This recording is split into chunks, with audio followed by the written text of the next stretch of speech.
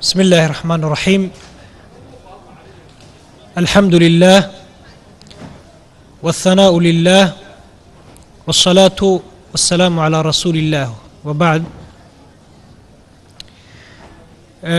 maanta waa maalintii labaad ee mu'tamarka 16 jirsaday ee reer Scandinavia ay ku qaban jireen Sweden. muxaadaradan insha Allah aynu gali doonano muxaadaradii labaad. cinwaanka muxaadaradu waxa weeyaan ummaduhu waxay u dhaxeeyaan hoggaan xun iyo hoggaan wanaagsan. waxaana inoo soo jeedinaya insha Allah ta'ala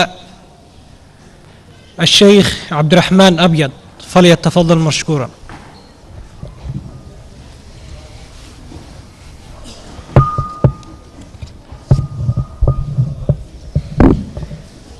بسم الله الرحمن الرحيم. إن الحمد لله نحمده تعالى ونستعينه ونستغفره ونستهديه ونعوذ بالله من شرور أنفسنا وسيئات أعمالنا وصلى اللهم وسلم وبارك على نبينا محمد وعلى آله وأصحابه ومن اهتدى بهديه واستنى بسنته ودعا بدعوته إلى يوم الدين وبعد.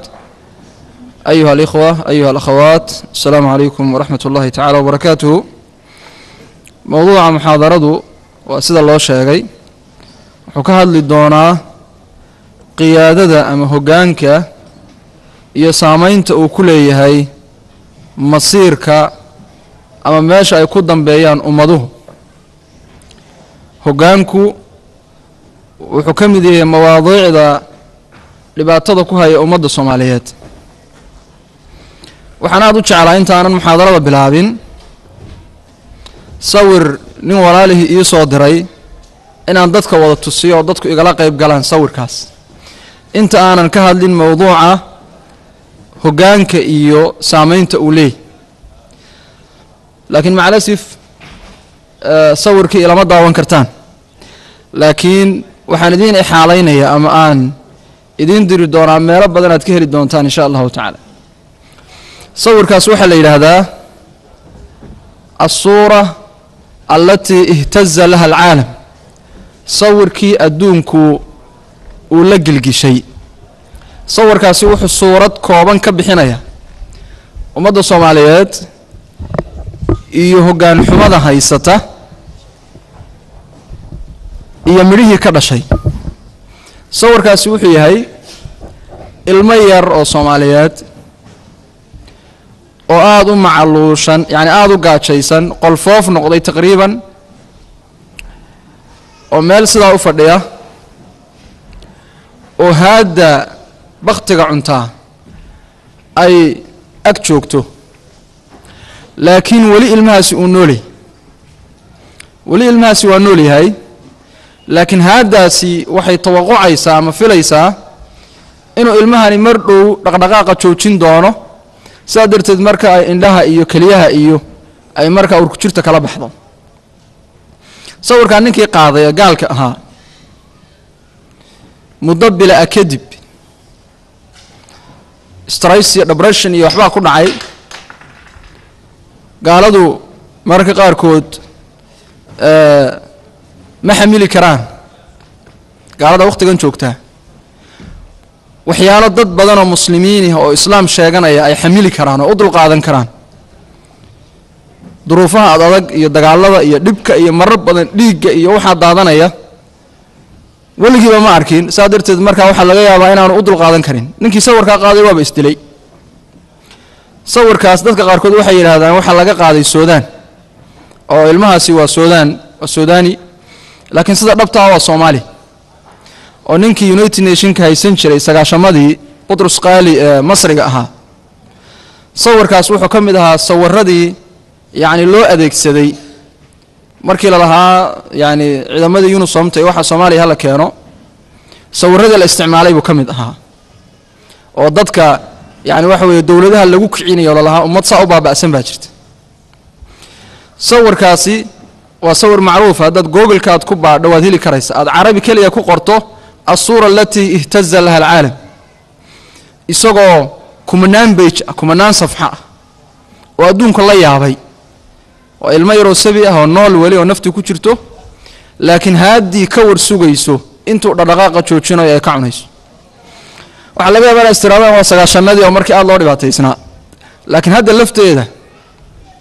waxaan filayaa in badan anaga kamid inaynu aragnay dad harag cunaya Soomaaliya dad harag cunaya Soomaaliya inaynu daawanay oo shaashadaha ka daawanay baan filaya waxa ila tahay marka intaas inay ku filan tahay qiyaado xun ama hoggaan xun maxaa ka dhalan kara hoggaan xun waxa ka dhalan kara in adiga oo nool ilmihii sabiga ah isagoo nool oo wali adduunkan ka tagin ay haadu ka warsugto inay marka nolosha ku cunto hoggaanka iyo muxaadaratan waxaan u qaybin doonaa haddii alla ka dhigo dhowr qodob ahamiyadda ay qiyaadadu leedahay hoggaanka iyo ahamiyadda uu leeyahay waxaan ku xijin doonaa sharciga iyo diinteena ma ka hadashay hoggaanka iyo qiyaadada waxaan ku xijin doonaa hoggaan wanaagsan iyo hoggaan xun oo taariikhda soo maray iyo saameyntii ummadahooda ay ku yeesheen gaar ahaan caalamul islaami waxaan ku xijin doonaa yaa istaahila inuu ummad hoggaan u noqdo khaasatan ummad muslima waxaan ku xijin doonaa hoggaanku xaqa uu ku leeyahay ummadda iyo xaqa ummaddu ay ku leedahay hoggaamiyaheeda kadibna waxaan ku soo khatimi doonaa dardaaranno iyo iska tawsiyaad muxaadarada muceedu haddii alla ka dhiga insha allahu tacaala intaasuu noqon doonaa biidni illah hoggaanku walaalayaal waa arrin aad iyo aad u muhiima saa darteed baa ilaahay subxaanahu wa tacaala qur-aankiisa kaga hadlay nebiguna sunnada kaga hadlay calayhi salaatu wassalaam waxaa laga yaabaa qofka Soomaaliga ahi inaanu wax weyn oo muhiim ah u sii arag hoggaanka oo qof iska taageero mujarrad inuu reer hebel yahay ama inuu iska taageero kaliya inuu maqlay isagoo BBC-da ka hadlayo hadal fiican ku hadlaya iyo wax la mid ah oo intaaba ay ku simantay aan hoggaanka aad dadku aanay ugu fiirsanin war qofkan hoggaanba ka dhigay tolo xageeba kugu furi doona waxaad ogaataan walaalayaal hoggaanka ilaahay subxaanahu wa tacaala wuxuu u doortay basharka uu abuuray kuwii ugu khayrka badnaa yaa daawuudu innaa jacalnaaka khaliifatan fi lardi faxkum bayna annaasi bilxaqi baa ilaah yidhi subxaanahu wa tacala isagoo nabigiisa daawuuda la hadlaya calayhi salaam daawuudow adduunkan waxaanu kaaga dhignay baa la yidhi mas-uul dadka waxaad ku xukumtaa xaq ku xukum waa nebi ilaahi subxaanahu wa tacaala waid ibtalaa ibraahiima rabbuhu bikalimaatin faatamahunna qaala inii jaaciluka linnaasi imaaman qaala wamin duriyatii qaala laa yanaalu cahdi الظaalimiin kana waa nabiyullaahi ibraahim calayhi الsalaam oo ilaahay leeyahay ibraahiimow waxaanu kaaga dhignay dadkii mid qaa'idaho mas-uulaho imaama yaanu kaaga dhignay nabiguna waata uu leeyahay calayhi salaatu wasalaam markuu reer banu israa'iil ka hadlaya xadiiska saxiixa ah ee macruufka kaanat banu israa'iila tasuusuhum alanbiyaa reer banu israa'iil ambiyada hogaamiyayaal u ahaan jiray كلما مات نبي بعث نبي مركي نبي دنتبه نبي عصب baa loo soo saari jiray hogaanku iyo ahamiyada uu leeyahay waxa ku tusinaya waa waxyaalaha ilaahay muuminiinta u yaboohay inay adduunkan iyagu ka talinayaan oo qiyaado ka noqonayaan wa'ada Allahu alladheena aamanu wa 'amilu minkum wa 'amilu salihati la yastakhlifannahum fil ardi kama istakhlafa alladheena min qablihim وقال رب إليه الذين إن مكناهم في الأرض أقاموا الصلاة وآتوا الزكاة وأمروا بالمعروف ونهوا عن المنكر ولله عاقبة الأمور وحيالها مؤمنين تا إلهي أويا وهي سبحانه وتعالى مؤمنين تا وحيالها الله وهي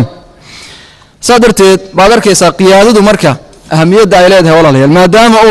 إلهي سبحانه وتعالى وأنبياء دي أدهرتي بشر كو أبو ريكو خير كبدنا قلبك الله بعد وحيه diinteena ma ka hadashay hoggaanka yaa hogaamiye noqon kara ahkaamtiisa ma ka hadashay ma inagu saynu doonaynu ka yeelaynaa oo reer hebelow inta soo saara reer hebelowna idina inta soo saara dabeedna waxa weey maaragtay waka mise hoggaanku waxa uu leeyahay maadaama islaam nahay oo salaadeena laga hadlay maanta hadaan damco salaad jumcaynu sugaynaa inaan iska muxaadareeyo ilaa ma iyo labada saddexda afarta inta waqtiga salaada jumcaduba ka tagayo iga yeeli miisaan waxaad leedihiin salaada jumcada waajib weeye ilaahay baa ka hadlay idaa nuudiya lisalaati min yawmi aljumcati fascaw ilaa dikri illaahi baa la yidhi marka sheekhow yani waxa weeye maaragtay mawduucaasi waa diina nooga yarkaadi lagaa yeeli maayo inaad salaada waqtigeeda aad ku ciyaartee sidaas la mid ah ayaa axkaamta qiyaadada iyo hogaankana ilaahay uga hadlay subxaanahu wa tacaala waxyaalaha ummadda muslimiinta ay zamankan in badan oo ka mid yihiin ay dayaceen oo ka tageen laakiin ku yeeshay yacni saamayn weyn oo xun markaa ku yeeshay wey ilahay waa ka hadlay subxaanahu wa tacala mar wuxuu rabbi uga hadlay axkaamta iyagu ay leeyihiin sida in la ateecoo kale yaa ayuha aladiina aamanuu atiicu allaha wa atiicu rasuula wa uli lamri minkum baa ilahay yidhi mu'miniintiiow alle ateeca oo rasuulkiisa ateeca oo kuwa idinka idiin talinaya adeeca baa ilahay leeyahay subxaanahu wa tacaala mar wuxuu rabbi ka hadlay waxay qiyaadadaasi wax ku xukumi lahaayeen markaasaa la yidhi waman lam yaxkum bima anzala allahu fa ulaa'ika hum alkaafiruun falaa warabbika laa yu'minuuna xataa yuxakimuuka fima shajara baynahum uma laa yajiduu fii anfusihim xarajan mima qadayta wayusallimuu tasliima alam tara ila aladiina uutuu nasiiban min alkitaabi yacni aayaad fara badan baa ilahay kaga hadlay subxaanahu wa tacaala qiyaadada iyo waxay wax ku xukumi lahaayeen axkaamta qiyaadada saasaa markaa diinteennu ay uga warrantay nabigeena maxamed calayhi salaatu wasalaam waata xadiiska saxiixa ah ku leeyahay cafwan xasanka ah ina axaba annaasi ila allahi yowma alqiyaamati wa adnaahum minhu majlisan imaamun caadilun dadka waxaa ilahay agtiisa loogu jeceli uguna majlis dhow rabbi subxaanahu wa tacaala imaam caadilah wa abqada annaasi ila allahi yowma alqiyaamati wa abcadahum minhu majlisan imaamun jaa'ir dadka waxaa ilaahay agtii loogu carab badan yahay oo rabbi subxaanahu wa tacaala agtiisa loogu carab badan yahay imaam jaa'ira nin qaa'ido hogaamiye ah oo marka aad u cadaalad xun waadna garanaysaan xadiiskii saxiixu ahaa toddobada harka ilaahay la hadhin doono maalinta qiyaamada inuu ka mid yahay imaamun caadil imaam caadil ah imaam caadil ah culimmadeenna muslimiintu markay ka hadlayaan qiyaadada iyo hogaanka iyo sida lagu soo dooranayo siduu ku imanaya iyo kutub baa laga alifay kutubu siyaasa sharciya leh yani waxa weeye kutub baa laga alifay culimadana muslimiintu ay kaleeyeen ahkaam buu leeyahay inuu nin noqdo inaanu qof dumara noqon inuu qof islaam noqdo aanu gaal iyo munaafiq noqon inuu qof caadil noqdo aanu faasiq noqon ilmo yaro sabiya inaanu noqon qof weyn noqdo qaangaar ah baaliq ah mudakkara iyo waxa la midka intaas hadii aan uga dhigto gogol dhig mawduuca ahamiyada qiyaadadu leedahay iyo diinteenu in qiyaadada ka hadashay waxaan u gudbayaa marka qiyaado wanaagsan iyo qiyaado xumi hogaan wanaagsan iyo hogaan xun adduunkan ma soo maray khaasatan dadka muslimiinta ama soo maray hadiis ay soo mareen maxay dhaxalsiiyeen hogaanka wanaagsan maxaa laga dhaxlay hogaankii xumaase maxaa laga dhaxlay waxaan u maleynayaa marka inaynu markaa muqaarano ku samayn karno isbarbar dhigi karno innaga maanta hogaamiyeyaasheena iyo markaa safka ay ku biirayaan tolo ma kuwa xun bay ku biirayaan mise waxay ku biirayaan tolo safka wanaagsan bay ku biirayaan waxa laga yaabaa qaarkiin inay istiraadaan arrinkaas waa iska badiihi waa iska wax macruuf oo dadku dhan wada og yihiin maxaa laga sheegayaa tolo in hogaanka ummadda Soomaaliyeed xun yahay inuu xun yahay de waxa u daliila inaynu maanta inteennani halkan furfadhino oo qaxootinahay inaynu qaxootinahay oo inteennan halkan wada furfadhino baaba daliil u ah waaqiceenna baaba daliil u ah in hogaankeennu xun yahay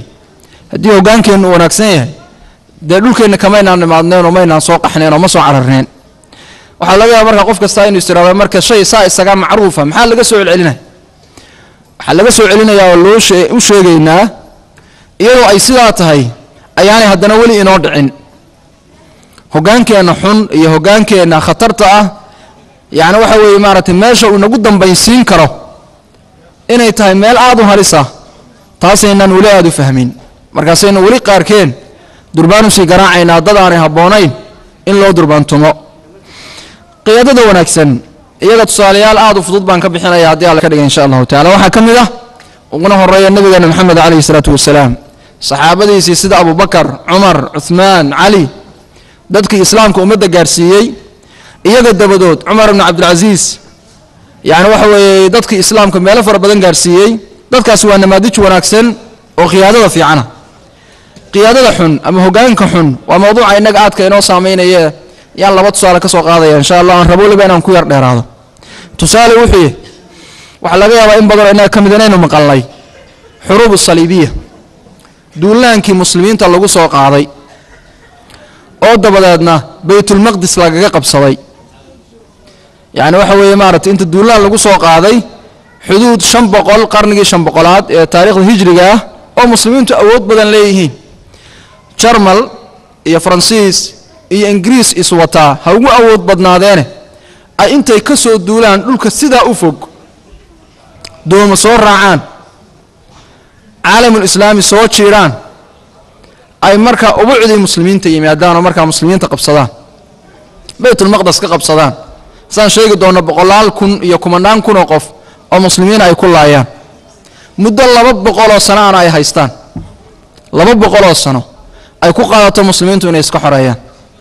kaas waa tusaale ina tusin doona sharxi doona say ku timaadeen alla ka dhigay maxaa kalifay in muslimiintu mar ay gaareen yaani waxa weeye maaragtay Andalus furteen oo dhulka gaareen marna iyaga ubucdoodii loogu yimi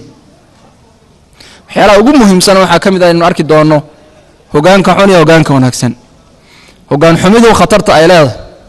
in ay keeni karto in gurigaaga dad kugu soo galo tusaalaha labaadi hogaanka xun iyo hogaanka wanaagsan aynu ka bixin doonaa waxa weeye Andalus hadda aynu sheegaynay lafteeda mawduucaas waa mawduuc runtii mudan in aynu haddaynu Soomaalinahay intaynu waliba sheeka xariir ka dhigano aynu aad nafteena ugu soo celcelino oo waliba carruurteena uga sheekayno maxaa yeelay Andalus dhulka hadda Spain iyo Portugal loo yaqaano waxay ahaayeen dhul muslimiintu ay ahayd ay 800 sano ka talinayeen 800 sano yaa muslimiin ku noolaayeen oo ka talinayeen culimo waaweyn oo muslimiin oo ajilla ay ka soo baxday oo maanta aynu kutubtooda wax ka barano qaadi Ayaad uu kamid yahay ibn Hazm al-Dhahiri uu kamid yahay imaam al-Qurtubi uu kamid yahay aynaan tirin karin halka ay ka soo baxeen iyagu sabankooda laga yaabaa inay islaayeen in aanay sida arintu ku dambeyn doonin masaajidadii ay waaga culimadaasi joogaan maanta ay kanaa'is yihiin masjidkii imaam qaadi Ayaad uu joogay maanta waa kaniisa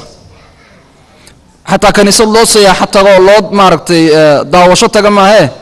sida jaamicu Qurtuba uu ku dambeeyay waa kaniisad loo cibaado tago isoo waliba masaajida meelahaas marka waxa inagu bixin karaa inaynu fahamno dhul in la waayi karo ummad dhan in la waayi karo adduunka ay ka tagi karto taariikhdaba ka suuli karto la oran karo waaga dad caynkaasi jiri jireen oo quruun inta la eeg meel sidaas ku noolaa laakiin aakhirkii la waayay waxaan filayaa labada tusaale inaan ku ekaan doono haddii alla ka dhigo insha Allah ta'ala biidnillah Andalus yaa furtay yeysa gacantooda lagu waayay waa tusaale runtii aad iyo aad inaga maartay maanta inoo saameynay Andalus dadkii furtay ee muslimiinta ahaa marka taariikhdooda dib u daraasayso waxaad arkaysaa inay wateen hogaan aad wanaagsan ka soo bilow Muusa ibn Nusayr rahimahullah nin oday oo 85 jir ah hada la yiraahdiisu markii uu u khudbadeeyay in uu isagoo Maghrib al-Arabi jooga dhulka hadda loo yaqaano Jazaa'ir iyo Morocco iyo loo yaqaano Tunis isagoo jooga inuu markaa ku hamiyay inuu islaamka halka gaarsiiyo 85 jir ciidan markaa ka haystay duulay halka maartay islaamka gaarsiiyay ay ku qaadatay ciidamadii uu daray qaar kamidii in ay macraka ama dagaal intuu qabsaday 3 meelood oo meeli ay ka shahiideen ciidan 12,000 oo qof ah afar 4 meelood oo meel rubuc 12,000 oo qof ihi inay 3,000 oo qof ka shahiideen oo ka dhinteen nimankii Andalus furtay culimadu markay taariikhdooda ka waramayaan walaada ahaa aymada ahaa ajillada ahaa waxa kamid ahaa Samah ibn Malik al-Khawlani ninka isagoo masaajid ku cibaadeysanaya lagu dilay rahimahullah waxa kamid ahaa عفوا وعبد العزيز ابن موسى ابن نصير ninka masaajidka lagu dilay waxa kamid ah Samah ibn Malik al-Khawlani wuxuu ku shahiiday macrako dagaal isagoo ku jiro oo Faransa magaalo ku taalo Toulouse la yiraahdo ka dagaalamay waxa kamid ah Ambassa ibn Samah al-Lukani isagoo macrako Faransa ka dagaalamaya oo magaalooyinkan Tours iyo Bordeaux iyo Lyon iyo Poitiers la yiraahdo soo xoreeyay oo islaam ka dhigay oo dabeed soo noqday inta halka gaada ku qabsaday ku shahiiday waxa kamid ah Abdurrahman al-Ghafiqi oo aad u garanaysaan oo isaguna macrakadii balaad shuhada ku shahiiday waxa kamid ah Uqba oo isaguna ninkaa ka dambeeyo isna macraka ku shahiiday waa a'imma shaqadoodu ay tahay inay islaamka fidiyaan kuwaasi waa kuwii islaamka Andalus gaarsiiyey maxaa isbedelay waxa isbedelay kuwa aad u khayr daran culimada muslimiinta qaarkoodna ay lacanadeen sida ibn Hazm oo kale rahimahullah inay markaa kuwa bedeleen ay markaa keentay wixii raggaasi u dhinteen oo u shahiideen oo dhiigooda u daadiyeen oo kumanaan qof loo waayay ay markaa si yar gacanta uga baxaan waxa lagu waayay ee gacanta uga baxayeen ay ahayd kaliya inuu qofkaasi umad xukumo waxa soo baxay markaa casri la yiraahdo casru umara'il fitna waxaynu ugu magac daray karnaa casrigii warlordska waynu oran karnaa waxaynu oran karnaa casrigii nimankii dadka dhiigooda ka ganacsanay casri caynkaas markaa muslimiintii mar kaliya soo maray casrigaas markaa wuxuu keenay in Andalus la waayo waxay qaadatay casrigaas wuxuu bilaabmay sanadkii 400aad casrigaas bilaabmay ilaa ma iyo 400 sano oo ka dambeys ayaa muddadaasi jiitamays oo muslimiinta ay isu bedelayeen fatraad yar mooyee zamano yar mooyee ay isu bedelayeen kuwa iyagu doonaya kaliya inay dantooda shakhsiga oofsadaan masaalixdooda daatiga ay leeyihiin kaliya inay oofsadaan oo marka ummadii islaamtoona aan ku fakaraynin taasi marka waxay keentay inay marka Andalus ay faraha ka baxdo tusaalayaal yar baan ka bixinayaa nimankaas Andalus waxay u qaybsantay wadankii yaani waxa weeye halka amiir lahaa wuxuu u qaybsamay wadamo fara badan magaalo kastaaba waxay noqotay dawlad iskeed u taagan مثل سرقوسا ay muslimiintu u yaqaanaan laakiin hadda waxa loo yaqaan Saragosa iyo Barbashtar labada magaalo waxa boqor ka ahaan jiray baa leeyahay waqtiyadaas waqti kamid ah in la oran jiray Suleymaan ibn Muhammad ibn Hud al-Musta'in billah ayaa ninka lagu naanaysi jiray ninkaasi markuu dhintay wuxuu boqortooyadiisa u kala qaybiyay 5 wiil oo isagu dhalay 5 wiil baa boqortooyadiisa isku laayay waxay kaliftay mid iyaga kamid ah inuu 3 walaalihii kamid ah intuu xabsi galiyo indhaha ka musmaaro indhaha intuu musbaar dab u galiyo oo marka indhaha ka tooro aakhirkiina marka uu dil ku xukumo labadii soo halaya marka iyagu dagaal aad u fara badan marka ay dhaxmareen boobkii kristanka waaga u tirin jiray qaybta katoliga oo la oran jiray Alexanderkii labaad markuu arkay waaqaca muslimiintu ku nool yihiin khaasatan Saragosa iyo Barbashtar ayuu markaa nimanka kristanka wuxuu u ilaamiyay maanta in fursad haysanaa hal soo dhiciyo dhulka muslimiintu inaga qabsadeen waxa markaa soo duulay ciidan isugu jira Spanish Faransiis iyo dadkan fayganka ay muslimiintu yaani waxa weeye lafdiga haba yar taxriifiyana ay u yaqaanaan waa dadkan Scandinavianka ku nool ciidan aad u fara badan baa markaa nimanka soo aabulay xagay isaga imanayaan waxay ka soo duulayaan meeshan hadda inagu aynu muxaadaraad ku dhaganayno Faransa iyo intii baqaayaadkii maaragtay Isbaanyoolka ka hadhay ee wali iyagu aan muslimiinta isu dhiibin labadii magaalo lagu soo duulay oo laba magaalo iyagu isku mashquulsan waa muslimiin kala tafaraaruqday sahal bay noqotay marka inay qabsadaan 40 cishay xisaar ku hayeen markii dambe magaaladu waa isdhiibtay khaasatan Barbashtar waxa la yiraahdaa 9 bilood bay meesha joogeen 40,000 ilaa 100,000 oo qof inta u dhaxaysay ku dileen markay magaalada ka tagayeen waxa la hore waxay u soo kaxaysteen 7,000 oo gabdhood oo maaragtay wada bikra ah gabdha ah oo ay xusheen markay magaaladii ka baxeen ayaa markaa kuwii xukum doonka ahaa ee iyagu aan islaam iyo damiirtoonihiin aanu ku jirin markay arkeen meesha in gaaladii faaruqsay oo dantooda ay ka dhameysteen ayaa markii kii mustaciin billaahiga markaa oo meesha soo galay waaqacaasi markaa wuxuu ku tusinayaa duruufta muslimiintu ku noolaayeen dad caynkaasi markaa ma jiri karaan dad saaw kala tafaraaruqsan oo bimaana maaragtay qiyaado xun iyo hoggaan xun hayo oo aan ummadda danteedii aan fiirinayna isagu maslaxadiisa shakhsiga fiirinaya ma jiri karto marka ummadda caynkaasi waxa kamid ahaa waaqaca muslimiintu ay soo mareen magaalada la yiraahdo Tulaytala waa caasimadii Isbaanishku ay waaga marka hore caasimadda u ahayd inta aanay Madrid u bedelanin caasimadii waaga ay lahan jireen inta muslimiintu intaanay qabsanin magaaladaas nin la yidhahdo ismaaciil ibn cabdiraxmaan dinnuun baa oday ka ahaan jiray muslimiintii baa ku kacday markay dhaqan xumadiisa arkeen ninkan waa la soo saaray marka ilaa nin la rabo maahee dadkii waa iska soo saareen fernando alawal gaalkii isbaanishka markaa madaxda u ahaa fernando la odhan jiray buu u tegay wixii warniyo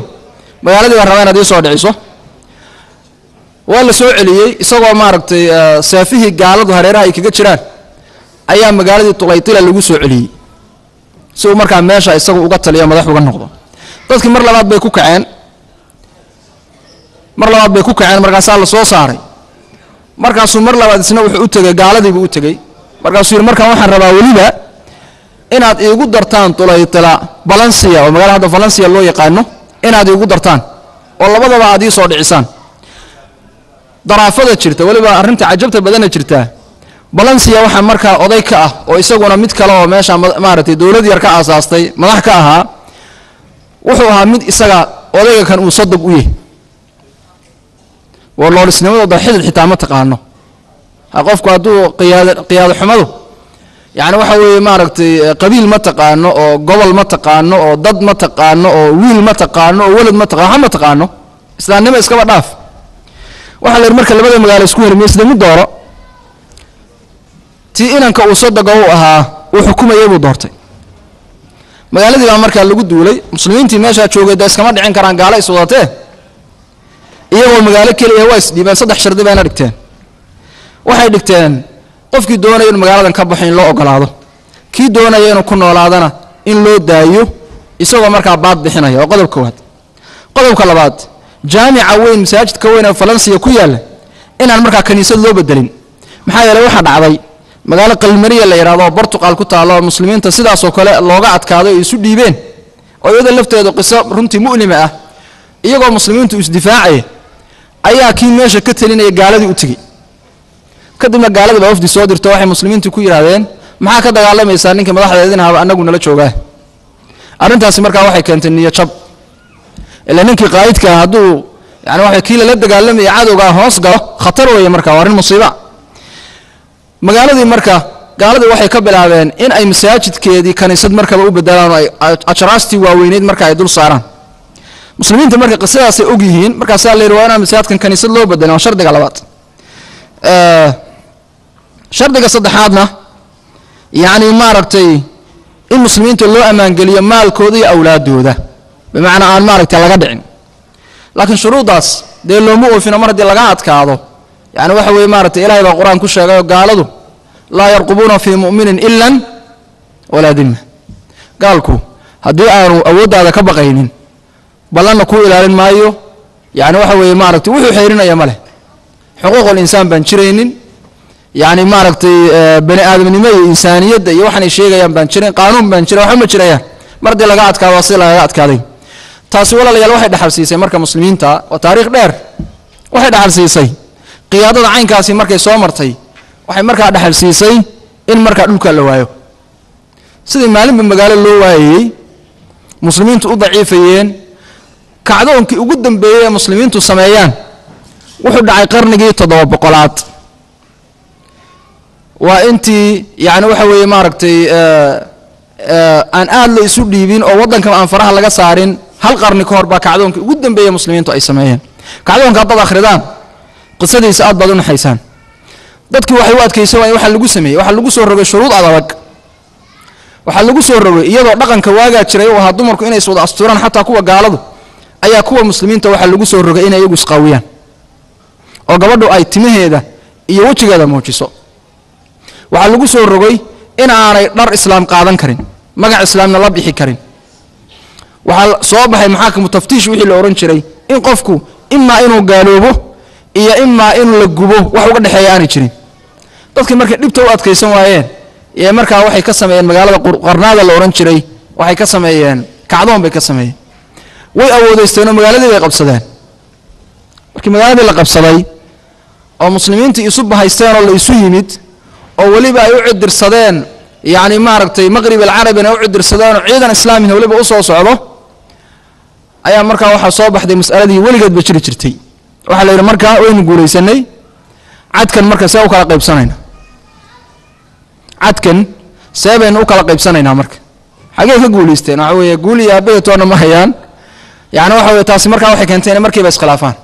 iskhilaafkoodii baana markaa lagaga adkaaday Andalus marka dadkii furtayna waxay ahayd qiyaadada wanaagsan ee dagaalamaysa ee wada shahiidaysa macrakada ku dhimanaysa dadkii gacantooda lagu waayana waxay ahaayeen dadkaas walaalkood indhaha ka tuuraya yacni waxa weeye maaragtay sodogii aan xiirinaynin magaalo yar inuu haysto mooye ee isaga wax kale oo maaragtay yacni maaragtay uu ku fikirayaaba aanay jirinin waa duruufta maanta innaga in haysato wey waxaad maqlaysaa baarlamaankii baa shiray adiga raalli ahaada dadka qaarkood ay u arkaan wax xasaasiya unay waxaa loogu leeyahay baarlamaanka Puntland baa shiraya oo qaraaraadkaas soo saaray waxaad maqlaysaa baarlamaankii Somaliland baa shiraya oo qaraaraadkaas soo saaray waxaad maqlaysaa waxa soo socota dawlad la yiraahdo ama wada la sameeyayba magaalad yaani waxa qaybteed baa laga sameeyay waa gaalkacayo qayb kamid aha qaybina waxa laga sameeyay dawladda Puntland qaybta kalena hortii kale maxay ahayd ya xasuusiyad galmudugland duruufta caynkaasa intaasoo dawladooda kalena way soo socdaan waxa laga yaabaa haddii qaarkood ay u suurtageli karto hadday u suurtageli karto tuulada uu ku nool yahay lafteeda Soomaalidu website-yadooda sameeyaan arkinin website kasta uu xambaarsan yahay tuulo magaceed tuuladii uu kan ka yimid iyo xambaarsan yahay waa ceel yaani waxa weeye xooluhu ka cabaan midba hadday suurtagal u tahay ceelkaas inuu dawlad ka dhigto dawlad ka dhigan lahaa oran lahaa ceelka magaciisa intuu sheego laana dawlada kaga dari lahaa umada caynkaasi ya ikhwa waxay shabahaysaa ficlan waxay shabahaysaa duruuftii ay kuwani mareen يعني waxa weeye waa wadooyinka hadii ummaduhu ay qaadaan lagu waayo way waa subulka hadii ummaduhu ay qaadaan lagu waayo dadka caynkaas ummadda saa u kala qaybinaya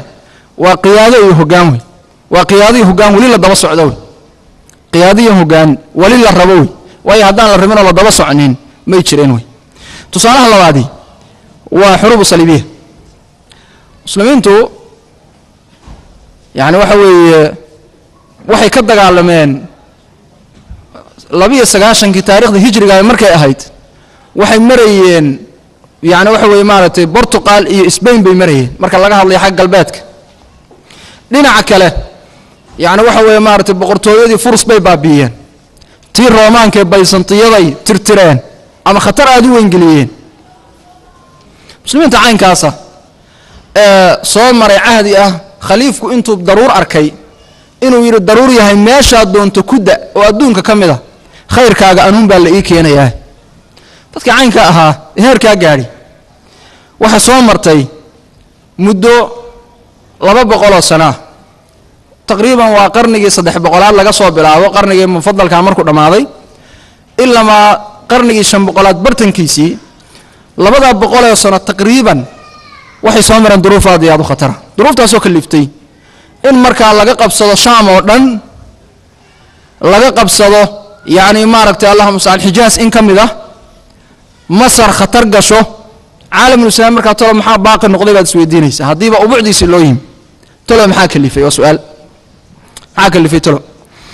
iyada marka xoogay yar sharaxan ka bixin doona hadii la ka dhigo insha Allah ta'ala waxaan tusaale ka bixinaya caalamul islaam waqtigaas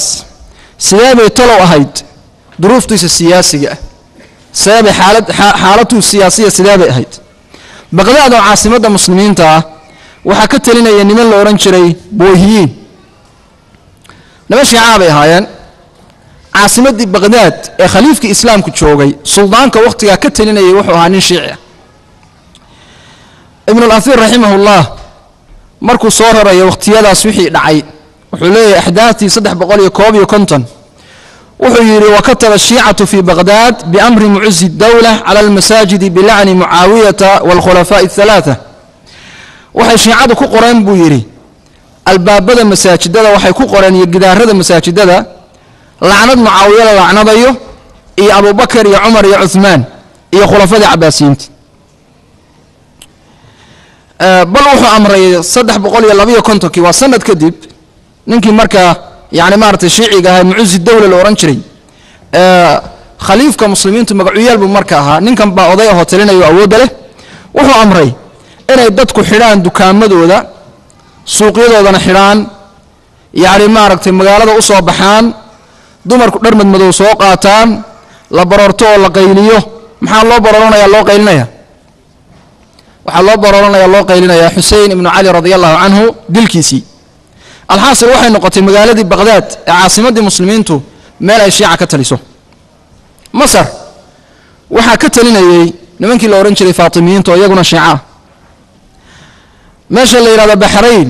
waxa ka talinayay nimankii baatiniyada ah oo qaraamidada la oran jiray qaraamidadu waa nimankii intay ku duuleen Kacbada Hajar al-Aswad ka qaateen oo muslimiin fara badan meesha ku laayeen markaa yiri ilaahi maaragtay soo diri jiray shimbiruhu mee niman caynkaasay ahay ibn Kathir rahimahullah markuu qisada tacliiqinayo البداية والنهاية نمن كان سحليه ولم يعجل الله سبحانه وتعالى على عقوبة هؤلاء الملحدين إلهي سبحانه وتعالى كوا ملحدين عقوبته دي مسودة دجين كما عجلها على أصحاب الفيل سيدي نمن أصحاب الفيل عقوبته الله سودة دجين إلهي كوا عقوبته مسودة دجين إيغو وليبا كشر بدن كوي كسودو لك عبادة وقت النبي قد شيء عليه الصلاة والسلام حايا كوا سوحي هايان أهل الكتاب لكن كوا كاني وملحدين إسلام بها شيء يعني إمام ابن كثير مركا وتعليقنا يا وحليه أما بعد نزول الشريعة فالله سبحانه يريد من المسلمين أن يدافعوا عنها مرد الدين إلهي سودتي مسلمين تعالى قربا شمبر الله صدر ماي إنه كعبوه الدفاع ذا وأن يعظموه إنه وينيان ويقارع الكفر وأهله كفر قال هذا إيمارة كفر أهل كيسنا مركا إيهو أي لدى قالمان ما أنت وحين أركينا بيت المقدس وحن لقوها إيهو خطب aad عجيب بدن سعته المسلمين يقول اسكسو تاغتاغن قبلتي كواد ee muslimiintu ay salaad u tukan jireen nabigeena maxamed laga dheelmiyay kaleey salaatu wasalaam maanta waxa khatar ugu jira inuu dumo soo lama socotaan intaas u jira inuu dumo yahuudu wixii ay ka dhisay lahayn meesha haykalka ay meesha ka dhisan lahaayeen xajarul asaaskiisi dhagixii asaaska looga dhigay lahaa uu diyaarsan sanad kasta gaari baa lagu soo qaadaa dadkeena idaacadaha daawo inaad aragteen baa laga yaabaa mar baaba Falastiiniintu aad ugu kaceen oo buuq badan ka dhashay sanad kasta dhagaxaas waa la soo qaadaa isagoo gaari lagu wado dabadeedna masjidka agtiisa la keenaa waa dhulka la dhigaa dabadeedna dib baa loo soo celiyaa ama dadkoo dhan baa wada daawada muslimiintu maxay sugayaan dadka qaar kood waxa laga yaabaa inay yiraahdaan walla maalinta ilaahay yahuud u rogol hawa maalinta ay baytul maqdis ku taabtaan buu ku leeyahay بيت المقدس هذا لقى ربنا الدفاع قاتلوا الذين يلونكم من الكفار وليجدوا فيكم غلظة كنكو وحي غارتو ارتكبلوا هذا كل باتينيه شيئا فشيئا مسلمين تساسا لقى ربا لكن وحوي طيرا ابابيل بالله صودر يا شمبرا الله صودر الهي بعد كل ربيه صح الهي اود عليه سبحانه وتعالى ان الله على كل شيء قدير لكن وحوي يعني انغنا waxaan nahay mumtaxaniin bayna kunna waajibaadka iyo takaaliifta leena saaray taasi waa xagga diinta muslimiintu afwan awdaacdooda diiniga ah iyo dadka u talinaya ee siyaasiyiinta marka uu ahaa waxay ahaayeen dad ka fog manhajka saxiixa ah shiica ay u badan yihiin saad arkayso meesha la yiraahdo Baghdad shiica ka talinaysa buwahiyiin Masar iyo Maghrib al-Arabi oo dhanna Faatimiyiin baa ka talinaya shiica Bahrain qaraamida ka talinaysa oo baatiniyiina meesha la yiraahdo يعني ما ركت إيسو قبائل اليمن نمنك اللي أورنجري صليحيين تكتلنا يا علي بن محمد بن صليحي أو شيعية عالم الإسلام وحوها عالم عين كاسة أو فرقوي خطره أي كتلنا يا أو عندك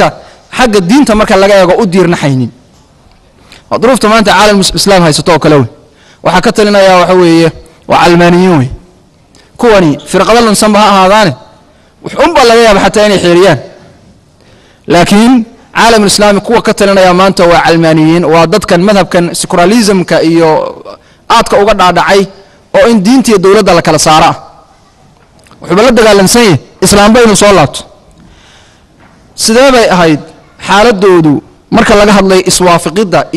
إمارة قيادة مركل لقى هذا